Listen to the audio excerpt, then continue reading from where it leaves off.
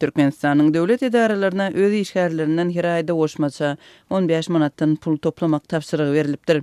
Azatlyň Aşgabatdaky habarçylarynyň sözlerine görä, bu pul Türkmenistanyň Gyzyl Ýarymay milli jemgyýeti üçin niýetlenýär şeýle tapşyrygyň äkli büdjet edara karhanalarına degişlidi gaýdylýar. 15-nji ýylda duşanbe güni büdjet edaralarynyň birnäçesi Gyzyl Ýarymaýyň fonduna her bir işgärden aýda 15 manat toplamak tapşyrygyny aldy. Olara munyň äkli büdjet edaralaryna degişlidi gaýdyldy diýip Azatlyň habarçysy 19-njy ýylda habar berdi. Türkmenistanyň Gyzyl Ýarymay milli jemgyýeti üçin pul toplamak baradaky tapşyrygyň 15-nji ýylda adından 2 sany döwlet edarasyna berilenligi Azatlyk radiosyna ma'lum boldy.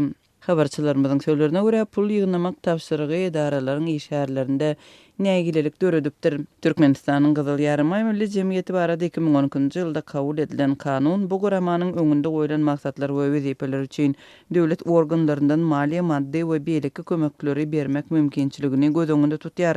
Gurama arasatçylygy wagt etmek, ilkinji kömeginiň berilmegini öwretmek, grajdan gorunuş taýýarlygy barada tälim bermek, gan ýygnamak we mätäşlere sosial kömegini bermek ýaly maksatlary öz öňünde goýar. Şol birakdyň özünde de bu idaranyň işgärleri Gyzyl Ýarymay jemgyýetine kömek sorap ýetýän mätäşleriň ýol başçylaryň ýanyna goý berilmeýänligini, işgärler wagtynda hem berk düzgünüň ýörüdilýänligini aýdarlar.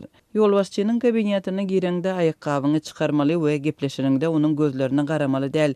Maýyplary hatda gapysyndan hem eltmeýärler we hiç kime kömek bermeýärler diýip çeşmämiz aýdýar. Türkmenistanyň Gyzyl Ýarymay milli jemgyýetine prezident Gurbanguly Berdimuhammedowyň aýal dogany Gulnawat Döwletowa ýol başçylyk edýär. Bu gurama üçin döwlet edaralarynyň pul toplamak işiniň başlananlygy barada ilkinji habarlar 2017-nji ýylyň fevral aýynda peýda bolupdy. Şonda Türkmenistanyň alternativ täzelikleri atly garaşsyz neşriniň maglumatynda döwlet edaralarynyň birnäçesinde şol sanda Türkmenabadyň San Epitim stansiýasynda we Mariniň nomer 2-nji we nomer 14-nji mekteplerinde işgärleriň talap edilýän pul meýletin tapşyrmaga razydygy hakynda hat ýazmaga mejbur edenligi habar berilipdi. Neşriň bellemegine görä dürli ýyllarda Türkmenistanyň Gyzyl Ýarymay milli jemgyýetine Polemex, Dragon Oil, Buick we Petronas ýaly daşary ýurt kompaniýalar pul geçiripdir.